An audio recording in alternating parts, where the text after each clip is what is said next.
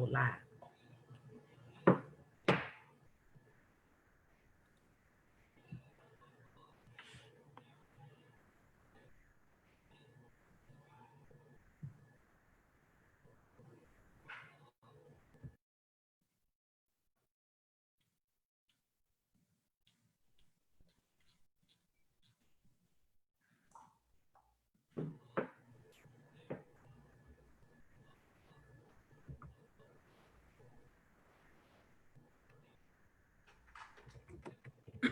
All right, folks. Just double checking. Can y'all see us on Mark's page? Yeah. Oh, that's where you at. Yep, we're there. Erica.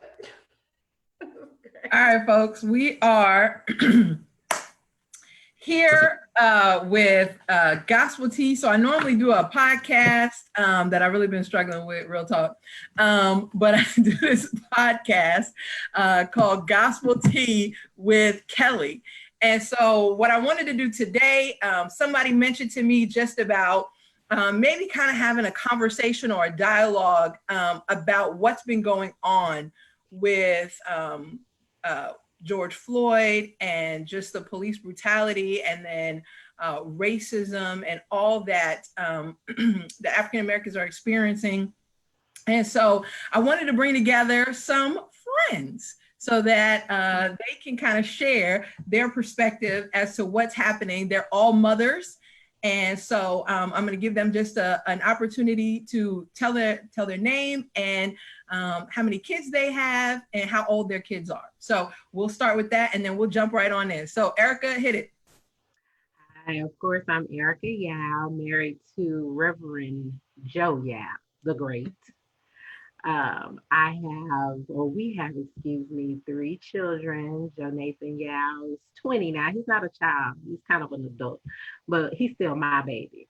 So he's 20 years old. Then we have Elijah Yao, he's 12. And then we have Joelle Yao, and she is 6 years old now. Very good. Thank you, Erica. And the great Joe Yao. Yeah. Amitria, you're up. All right, hey everybody. I'm Amitria Maryland and married to Jason Maryland, and we have two children.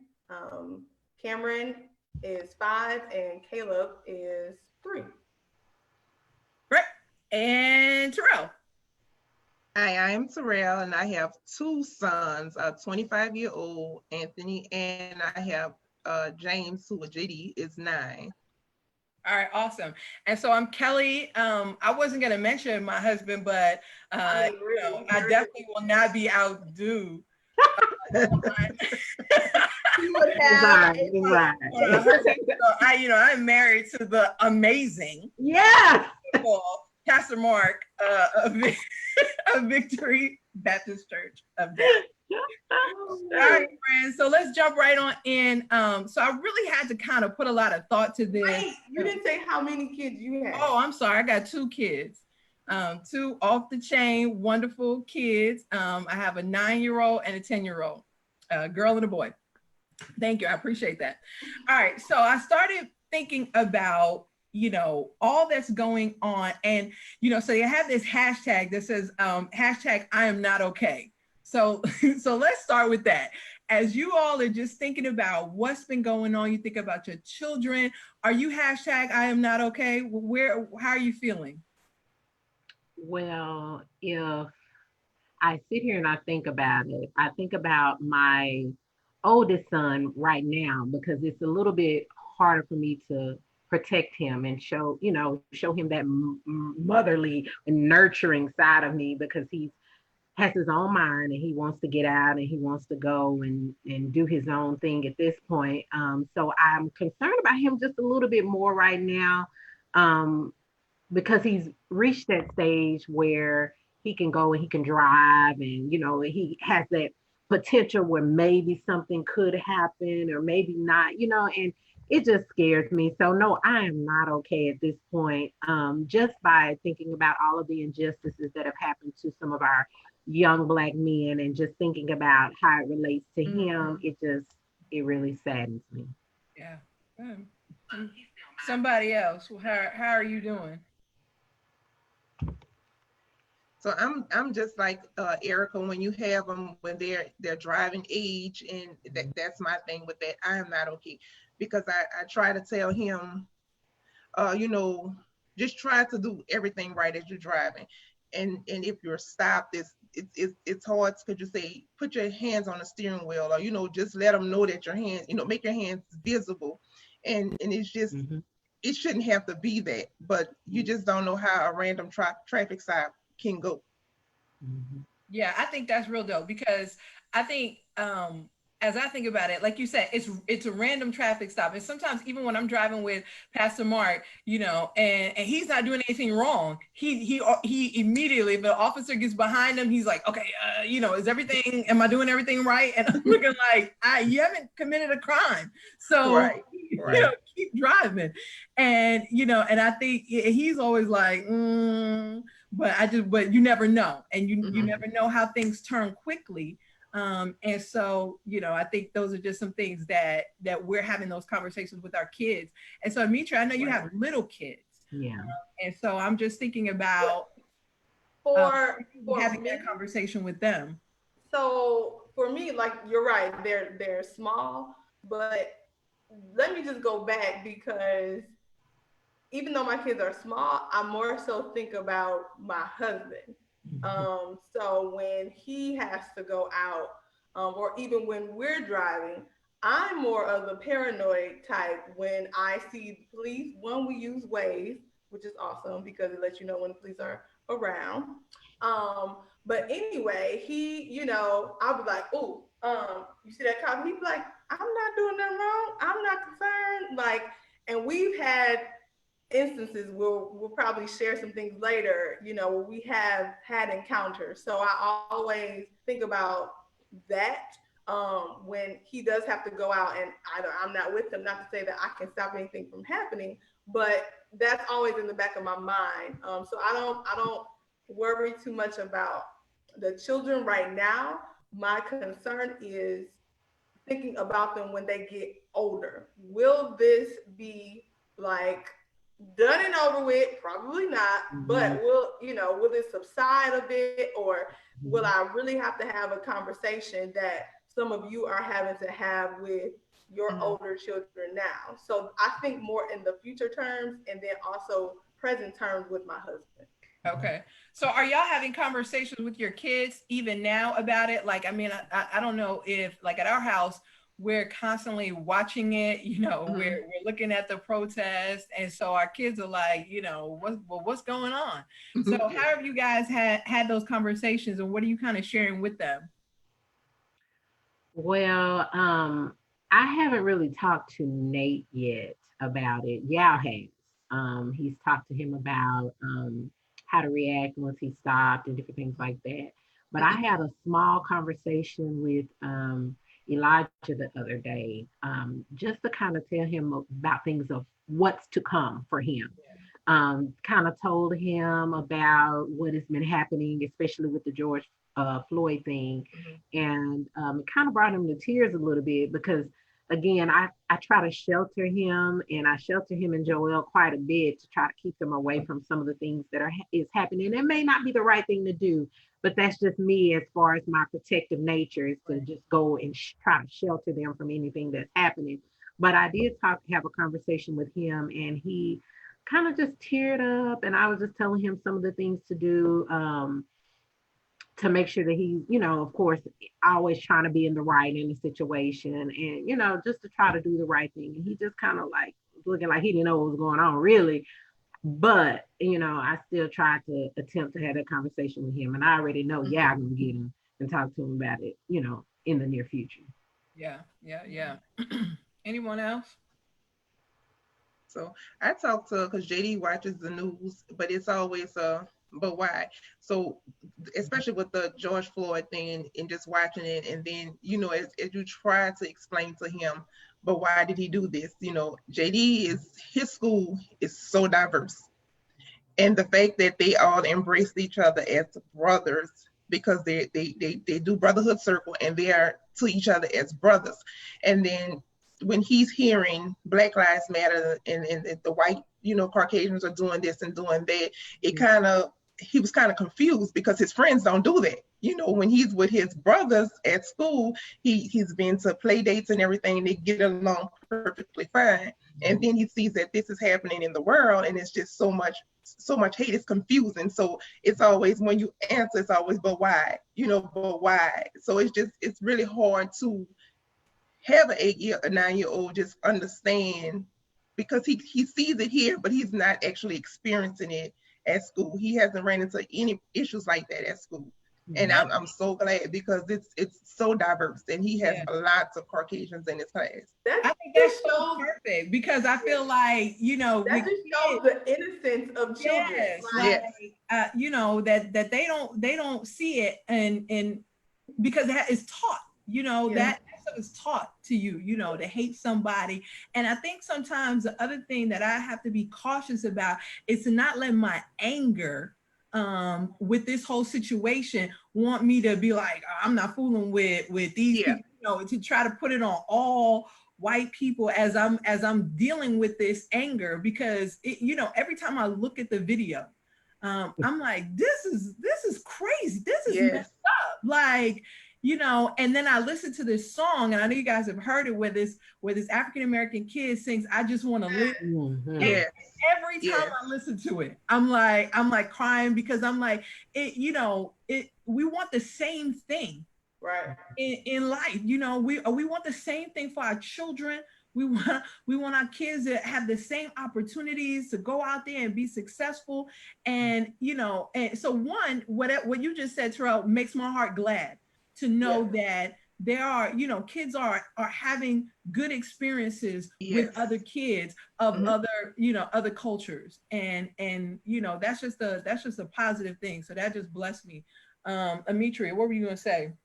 No, I was just saying that right there just shows the innocence of children, and like you say, it is taught, and I don't mean taught where you are being sat down and somebody is telling you that all Black people are bad, yada yada. It is by your actions, because they see first, So it just shows the innocence of children, that they don't have issues with the issues that we see.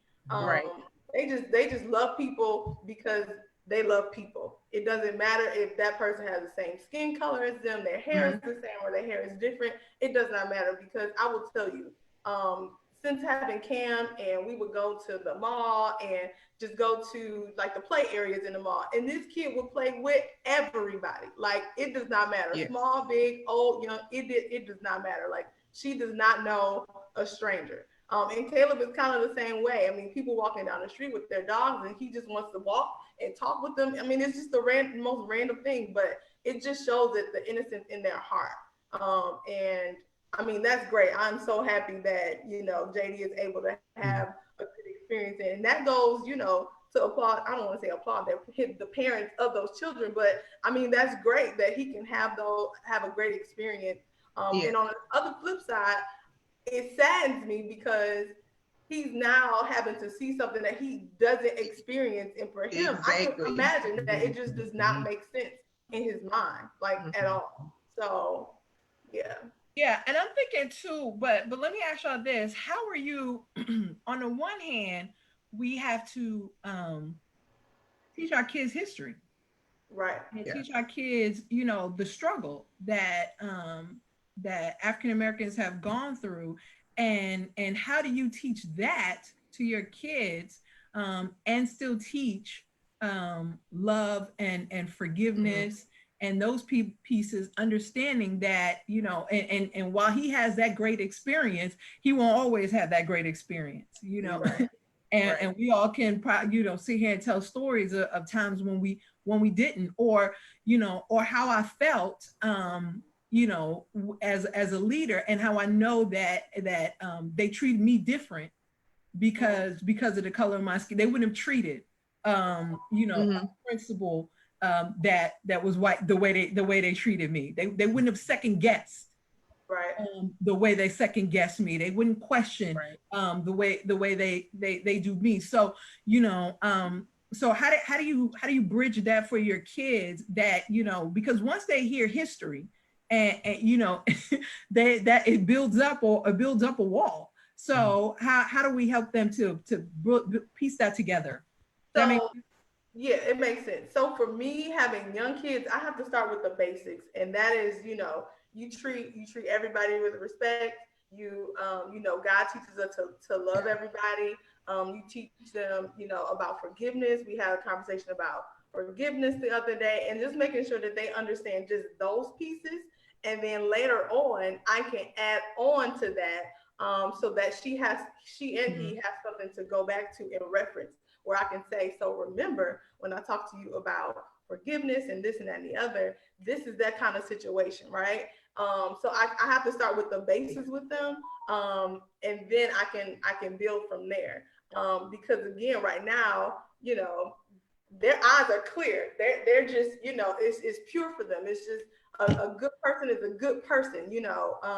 And it's not about, like I say, the color of their skin. It's just teaching them, you know, there are good people and there are bad people. It's not to say that white people are bad, black people are bad, good, you know, it's nothing like that. It's just those bases that there are good people, there are bad people, and forgiveness and all those things like that. And then I can build from there. I agree. So while we're still chatting, there are people on Facebook. So those of you that are watching, and if you're on Pastor Mark's page, Mark Morrell, his Facebook page, I'm monitoring that while we're chatting. So if there's a question, a comment that you want to throw in, I'd be happy to toggle back to that and read your comment or read your question as we're chatting. So we make this just one big group that's discussing this topic. So if something comes up, by all means, share it. Okay, so one of the things that I've been reading and looking up is this term, these microaggressions, right? And so these microaggressions talk about the subtle or unintentional discrimination, right, that happens against marginalized group of people. And so when you think about microaggressions, have you experienced any of that, or even with your children, or personally, have you had to experience some of those microaggressions, and how have you kind of, you know, responded, or how are you even helping your kids to be mindful of those microaggressions? Well, to be honest, is this question in regards to across races, or is it within the same race, or exactly what do you mean by that? Because, and the reason why I say that is because where I'm from, and nobody really knows where I'm from. I'm from Waco, Texas. Um, and we weren't the majority, of course, in the high school that I went to. It was majority white. Um, I honestly didn't have any bad experiences when I was growing up. So just thinking about the experiences as far as any type of racial issues, I didn't have any experiences. I didn't necessarily experience what is a microaggressiveness aggression. Yeah, let's go with it. Okay. I didn't necessarily experience that until I became an adult. And not necessarily towards me directly, but when I just sit and I think about some of the things um, in my position that I'm in right now, my current job, I just think about it. I love it. I'm thankful and I'm very grateful. But when I think about the hierarchy, when it comes down to my current position that I'm in, I'm noticing that when it gets to the director level and above, we don't have any African Americans in those positions. Um, Not saying that people have not tried to get those positions or haven't been um, going out for those positions, but we don't have anybody above the assistant director. We have an assistant director is African American, but everybody else is another nationality.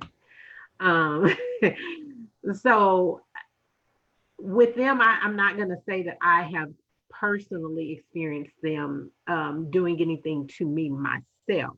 However, with that being said, I did notice that when it comes down to the balance, you have, I'm going to say about 500 to 700 employees who are African American. And when you get up, you have managers who are African American. But when you get up to directors and presidents and vice presidents, you don't see it. That's good. That's really good. And so I guess as a person of color, how does that in that environment, how does that make you feel? It bothers me somewhat because it makes me feel as though, are we not good enough? And it's not necessarily that some of the people who are going for those positions or striving for those positions are qualified. But what makes that particular person not good enough? Right. And it makes me second guess myself in some terms because, I'm well educated. I have a master's degree. And it's like, well, when it comes to my turn or my opportunity to take advantage of those things, will I not be good enough? And is it because of my skin? Yeah. Not saying that it is, but what I am saying, these are questions that I pose in my head when it comes around to these types of situations. That's good. Am I not good enough? That's good. That's good. And I think, and you guys jump in, but I think that a lot of us, as people of color, definitely, that's one of the things we really try to push where I work, is confidence. Confidence in yourself, confidence in your abilities, because I do think that's where I do think sometimes those microaggressions come into play that we don't see it, right? Where the expectation is not as high for me because you don't think I can do it, or or you only put me in this corner, or in this class because you don't see my potential, or you can't see my gifts and things like that, or I think a lot of times, or you're so articulate. I hear that a lot, and and at times I get frustrated because I'm like, well, I only know articulate people, but I appreciate that, but it is like, you shocked that I that I can speak and respond to a question. But I think, and a lot of that sometimes diminishes your confidence, right? And makes you feel like maybe I'm not as good as, maybe I shouldn't go after this job, or maybe I shouldn't say anything because maybe I'm not as smart as they are. And I think some of those things come into play, and it's subtle. And I think sometimes, and I think as parents, we are constantly combating that with our kids. You are good enough. You are smart enough. God has gifted you with all these gifts and talents, and your dreams are there. And I think that's a lot of some of the challenges with our kids, is that they don't feel like their dream is something that can come into fruition based exactly what Erica said, because they don't see many people that look like them in that area. So y'all jump in. What are y'all thinking? I'm like Erica. I really didn't experience anything like this as a kid until really graduated from college, and then once Jason and I moved away. So for my college experience, it was, being the only Black girl in the class, and people thinking that you speak for the entire race. And I'm like, I'm just here learning just like y'all. Why you asking me? Like, What I'm glad you was saying, Mitria. Hey, first of all, I was like, look, I'm not falling for that. I don't speak for everybody, because every one of you have your own mind, and so do we. So, You know, almost like I gotta give a Mhm. disclaimer, like I do not speak for the entire African American community when I respond to your question. And again, the majority of the people on campus were of other races. So, but then also I remember graduation day, and it was maybe about 5 of my friends, maybe 3 to 5 of my friends who, I mean, we worked diligently hard to be able to graduate in 3 years. And first of all, it was a shock to myself that I had even done that. But to be among, you know, to see other people who had accomplished that, not that it was even a goal of mine, but to see that there were other people that looked like me were able to do the exact same thing and be ambitious and finish early was like the greatest thing ever, right? And so at graduation day, you know, we are surrounded by everybody but us, and you know, just the looks of like, like what, how, you know, which was crazy to me because I'm like, we're at this university where yes, the majority of you are, you know, Caucasian, but you still have Black people that go to this school. So I don't understand what was the confusion as to why, you know, those looks. So that was one experience. And the other experience was when we moved to Iowa. And of course, there's not a lot of us in Iowa, but we were at the grocery store one day, and this was our first time ever at this grocery store. And Jason is in the magazine aisle, which is he usually in when we go. And I'm getting eggs or whatever. I'm like, we're gonna make some brownies or something, just a quick stop.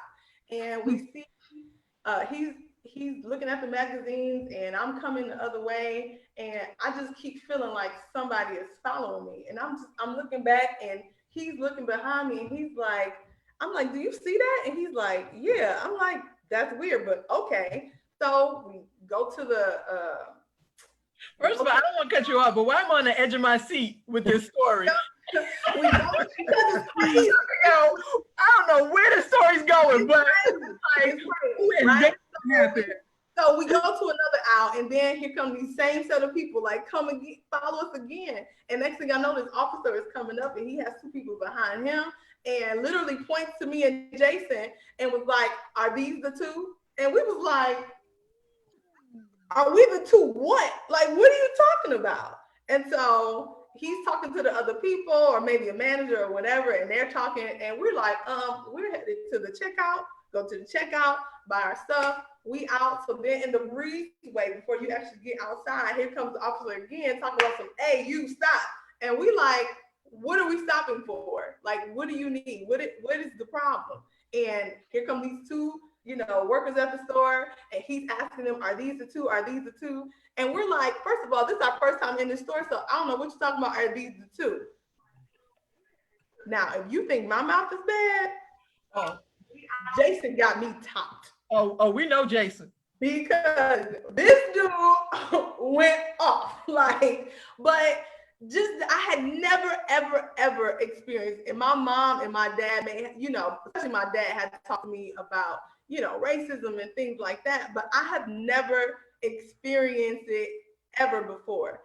And that experience alone was like way too much for me. But to end this long story short, at some point the officer like grabs Jason like by his collar and is like, "You're gonna cooperate." And we're like, "Cooperate for what?" And I'm in the back. I done dropped my eggs, my everything. I done dropped everything. And I said, "I need you to take your hands from him." Like, this is our first time at this store. What are you saying? We are the 2. We're the 2 what? And he's like, "Well, they say that 2 people have been coming in here forging checks or something like that." I'm like, "We don't even own checkbooks." And again, it's my first time in this grocery store. What are you talking about? Crazy. I'm trying to figure out, why is that the first thing you said? We don't even have a checkbook. I don't. Because that's the first thing I talking about. They've been forging checks. I don't have a checkbook. Nothing. What? Nothing. But again, this is my first time in this grocery store. So for you to, you know, to go there, like, when I think about the George Floyd situation, all of the others before them, especially that one, where I am approached, and you know, and you don't know how this is gonna end. Like, George Floyd incident really that touched me because I go back to that moment. Yeah. That at any time that officer could have just pulled something out, shot Jason, and I'm a widow. You know, so when these things continue to happen, I go back to that moment and I'm just like, man, this is crazy. Like, or this could have been me. I could have been a Sandra Bland. I could have been a Breonna. I could have been one of those ladies as well. It's not just men that this is happening to, but it's also women. So I have to also think about, you know, it could be me. It could be my mom. It could be my dad. It could be anybody. So I don't ever think that it could not happen to me because one, it has happened. And thank God it didn't go that far, but it could have been. And we in a place that nobody knows us. It was crazy. That is so real. I have something that I can reference where I can feel and I can understand, you know, the concern and the fright and the fear of everyday living that you just don't know what goes on in other people's minds. Right. Which is why I'm also always do my best to just be nice and be, you know, how you doing? I speak to everybody. I don't want nobody to think anything different of me or think that I think anything suspicious of me, just because you just never know.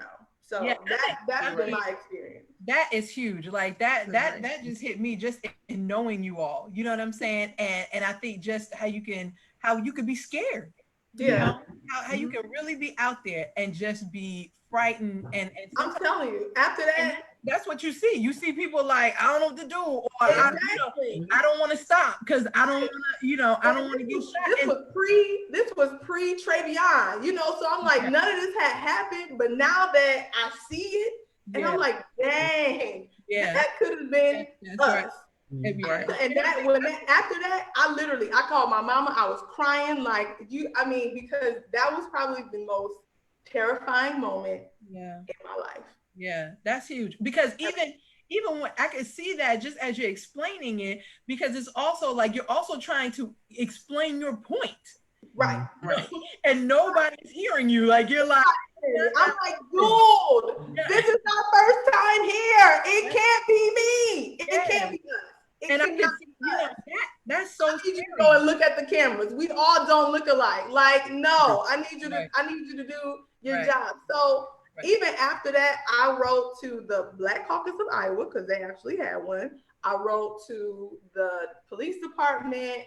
And at the time, I was working at Northeast Iowa Community College as a test coordinator. And I mean, I spoke to the people on the job there. They were also, you know, helpful and letting me know who it is that I could really talk to.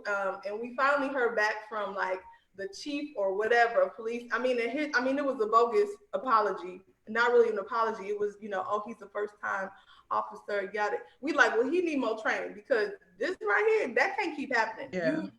You can't do that. Like, no. So yeah, I think, wow, that is so poignant. And one of the things that you said that I just want to point out too is you mentioned something about that's why you try to be nice to people, and I think that's part of your faith. You know, our faith is to have the character of Christ Jesus. But sometimes I get like a little sidetracked with that because I feel like so if I'm a jerk, I gotta die. Like that's the part that I have trouble with. So if I stole something, let's say I did, if I stole a bag of chips, the next option for me is death. Like I don't understand that. Like, you know, pay my fine, give me a ticket and keep it moving. Right. So, like anybody else. Right. So Tara, I just want to hear from you because you from Chocolate City. But see, I'm the exact opposite. Now I I try to be nice to people, but I feed off your energy. So if I walk up to you, because I speak to everybody, but if you do not speak back, you never, ever, ever have to worry about that again. Ever. But I'm saying somebody tell Terrell we on the church page today. But I'm just saying, I speak the truth. Because, we talking the tea now. You know, you are taught to always speak. You enter a building, you speak, you know, and you coming in the grocery store and you coming this way and somebody coming in way, people purposely put their head down to avoid speaking to you. That is like crazy. But I'm not gonna go out my way to be nice like that, Ametria. It is, you just roll on past them. Just No, roll on past them. But you're right. I I don't, but it's my nature just to be, just to be generous, yeah, but sometimes I know. sometimes that don't work. This that Sometimes New it don't Orleans. work. Yeah, sometimes it don't work. New Orleans. You can't meet them with the love of Christ. Yeah, you have to child look. But I did see, I haven't experienced anything like that either. I had friends just like JD did coming up. So I haven't actually experienced that. And then but just you were taught back then, sticks and stones may break your bones, but words will never hurt. You can't teach that to the kids now, because with all the bullying and everything, it's kind of, you have to respond or you become the target. So sometimes me working with JD is probably not the best answer, because reflex. You automatically act off reflex. So if you tell me such and such did this, my first thing is, did you hit them back? That I always go there first. Did you hit them back? Then we can talk about the story. But please don't tell me you did not hit them back, because I don't want you to be the target. You have to stand. So like I said, sometimes I'm not probably the best person, but where do you tell them, not to? Even like I say, he doesn't have problems at school, but you think about that baby, they got rolled up in that mat. Oh God. That y'all still, nobody has never said, we know he didn't roll himself in the mat like they're saying he did. Right. So even when he's with his friends, his brothers as they call each other, those type of thoughts still run through my mind. So when they do their play dates and stuff, JD mama sitting outside. She didn't go too far. I release you, but not too far. Yeah. I mean, because those thoughts are still are there. I mean, that stuff happened. That's right. That's good. I'm glad you said that, because I will probably be that mama too now. Because oh yeah, that'd be me. Because I feel like I also don't want to impose my experiences on them. And not to say that nothing will never happen to them, but I just want them to have the most purest experience themselves, and let them get their own experiences versus me trying to, and yes, I'm like Erica too, protective, but also I don't want to put that fear in them, if that makes sense. Does that make sense? Right. Like, I don't want them to second guess, ooh, should I be friends with this person? Or, ooh, should I? And that's why I'm saying I'm teaching them to, understand what good actions are, what bad actions are, and things like that. But that's a good point to bring up, because you don't know what other people are teaching their children about our children as well. You don't know what they're saying, you don't know what that conversation is. So, but that's a good point. I wouldn't have thought of that. Like, yeah, I think for me, I'm real big about educating my kid.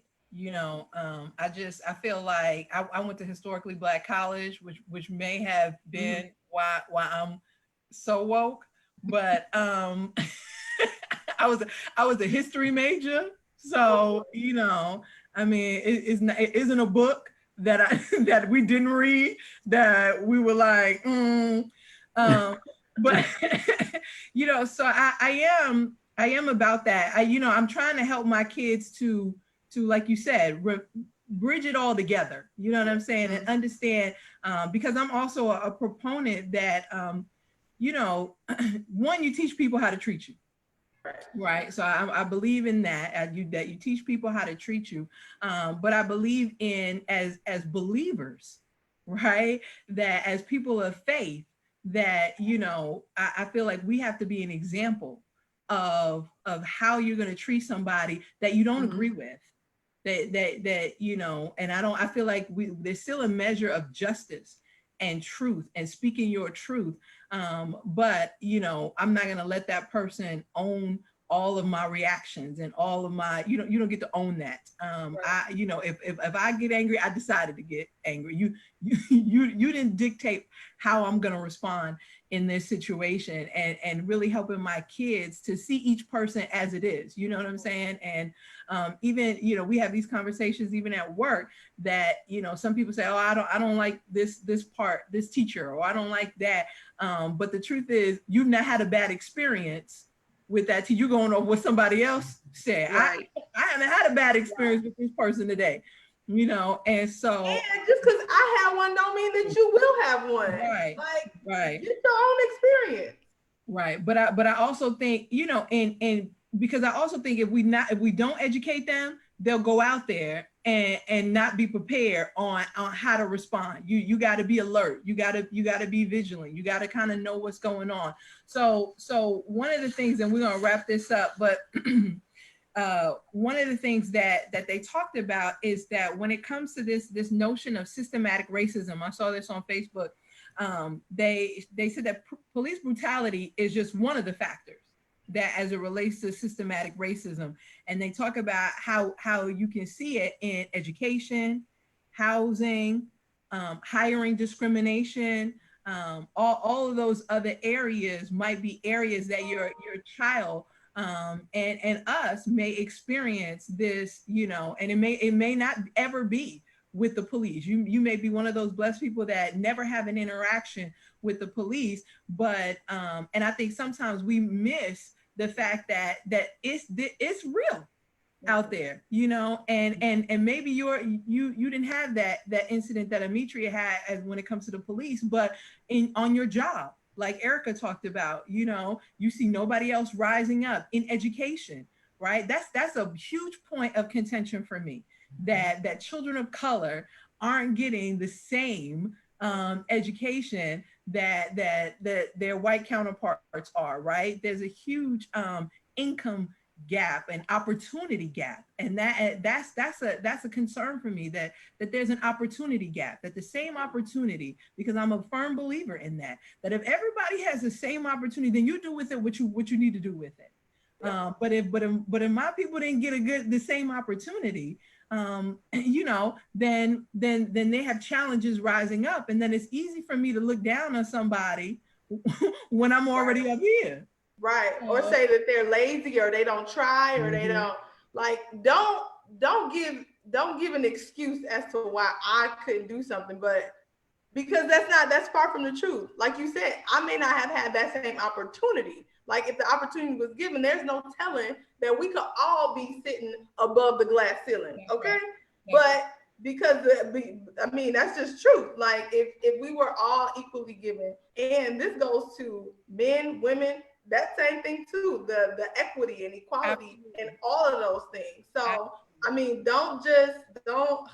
yeah, I don't like to hear when people say, oh, they're just lazy, or they just don't want to work, or that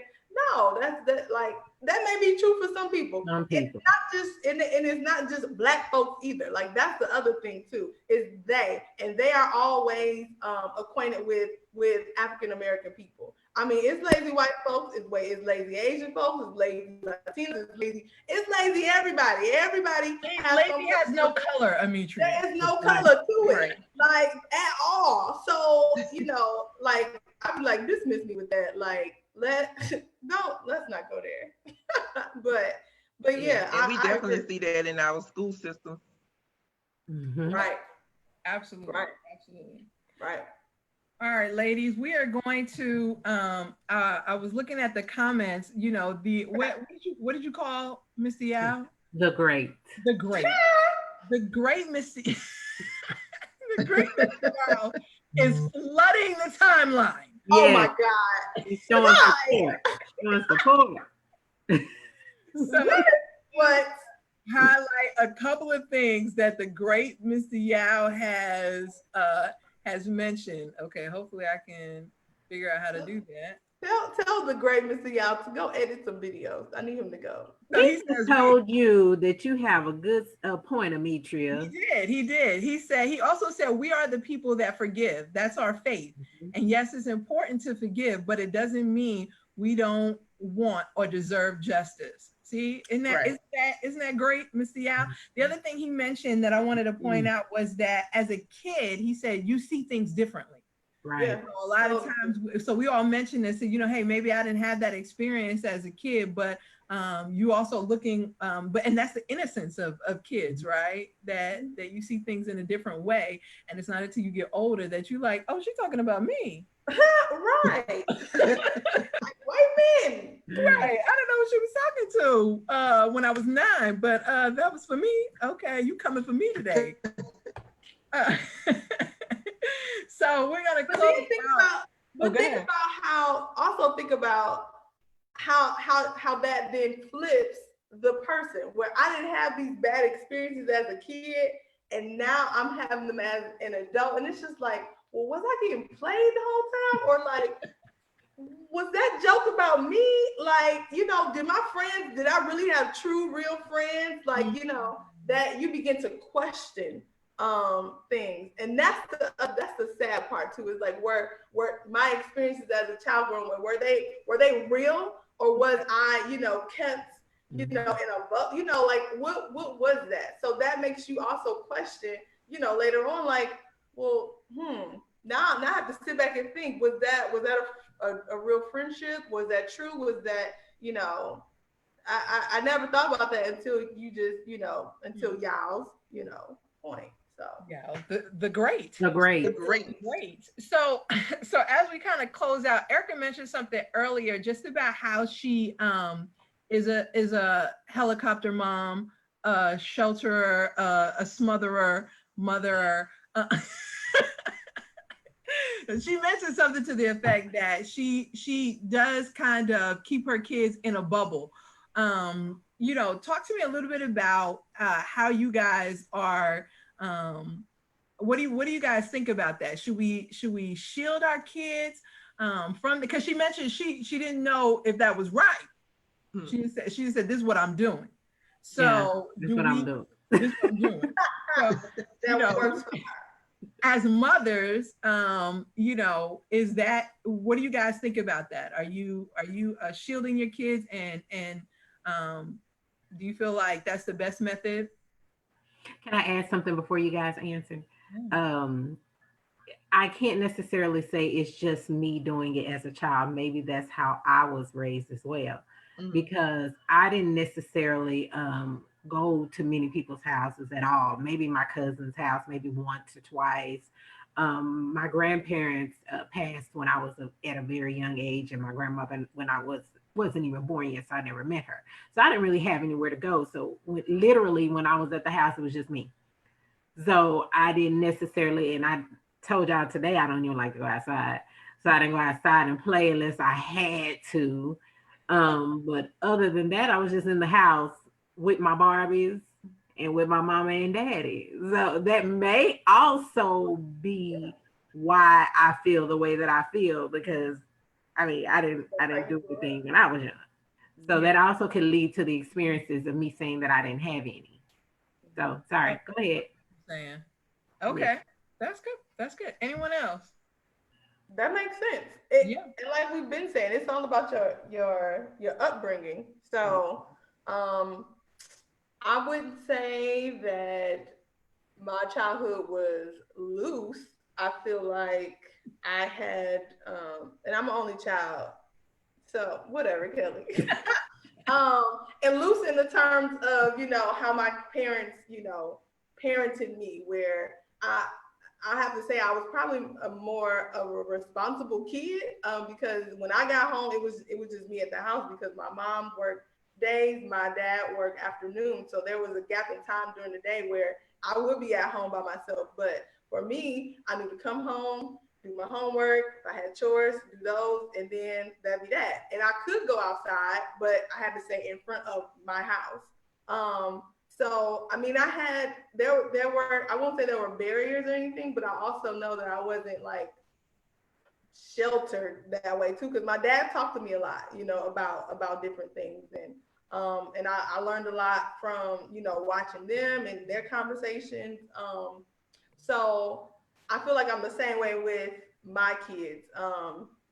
you know, we're out and about and we are, you know, they meet somebody, it's hey, how you doing? And we go on about our day. But I can't say that it's right or wrong for anybody to be a helicopter mom because it goes back to your own experiences and what you've gone through and you know your own upbringing as well. But I would say it's probably good to have a mix of things. But then you got to judge it. You got to judge it if your kid is mature enough to understand the things that you may be coming to them with. That plays a part in it too. So you just have to, you know, your kid and you know what they can handle and you know what they can't handle. So I would just say, you know, you're your best judgment. Use your best judgment when it comes to your child or your children. Yeah. Like that. So I grew up in a loose home. So yeah, I think I kind of took the. You gonna make me fall off this chair? My home was very loose. No,